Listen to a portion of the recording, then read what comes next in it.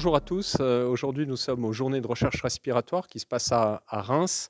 C'est un moment très important pour la Fondation du Souffle, puisque c'est ici que nous rencontrons les jeunes étudiants que la Fondation du Souffle a financés pour faire des masters, pour faire des thèses.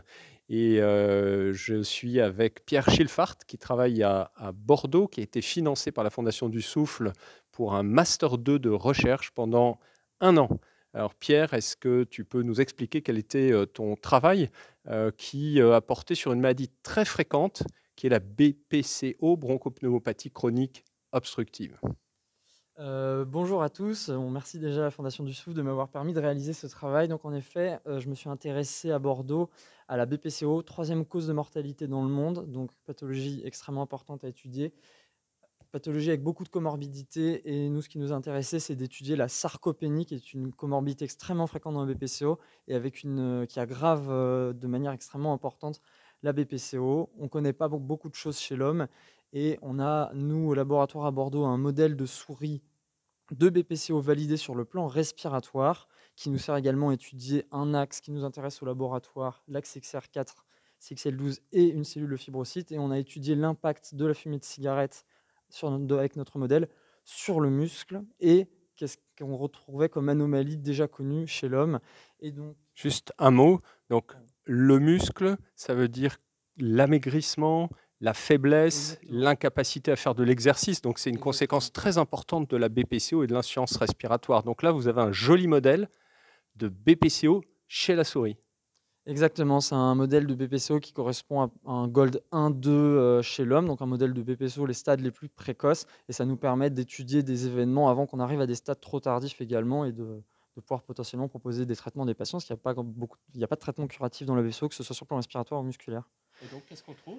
Et alors, donc du coup, nous, dans la sarcopénie, ce qu'on a réussi à reproduire chez l'homme, dans notre modèle, donc on a une atteinte déjà musculaire, on a une perte d'endurance dans notre modèle. On n'a pas retrouvé de perte de force, mais on a retrouvé une perte d'endurance significative. On n'a pas retrouvé les caractéristiques de la sarcopénie, à savoir un amaigrissement et une perte de masse musculaire. Mais par contre, on a retrouvé quelque chose de très important qu'on retrouve chez l'homme, c'est qu'en fait, on a un changement du type de myofibres, en fait, c'est-à-dire qu'on perd les myofibres responsables de l'endurance, les myofibres oxydatives riches en mitochondries, et du coup, on se retrouve proportionnellement avec plus de myofibres glycolytiques, pauvres en mitochondries et responsables de force. Ça, c'est la principale chose qu'on a retrouvée de manière significative dans notre modèle. Donc, on a bien une atteinte musculaire de notre modèle et qui est du coup plutôt précoce parce qu'on ne reproduit pas l'ensemble des anomalies étudiées chez l'homme, mais on en reproduit certaines. Donc on a un modèle musculaire précoce et on est encore en train d'analyser toute la mécanistique dans notre modèle qu'on va pouvoir avoir derrière. L'idée, c'est de pouvoir empêcher la survenue de cette, sarcopénie ou cette a altération musculaire. Vous aviez une piste là-dessus? Oui, alors bah, donc du coup, c'est ce que je disais au début. On étudie beaucoup, nous, un axe au laboratoire qui est l'axe CXR4, CXL12, qui est intéressant dans la migration de nombreuses cellules, dont le fibrocyte, dont on sait déjà qu'il est associé chez l'homme à une mauvaise fonction respiratoire. Et donc, on s'intéresse à cet axe et son impact au niveau musculaire. Et donc, au niveau respiratoire, quand on invalide cet axe dans notre modèle, on réverse en fait les effets respiratoires. Et dans notre muscle de souris, en fait, que ce soit sur le test d'endurance ou dans la répartition des myofibres, quand on invalide cet axe, on réverse aussi les effets. Donc on a un double effet positif à la fois sur le plan respiratoire et le plan musculaire. Vous avez vu, hein, c'est remarquable. Donc, financement de la Fondation du Souffle pour un master, avec un modèle qui reproduit une partie de la maladie humaine et surtout qui identifie une voie thérapeutique.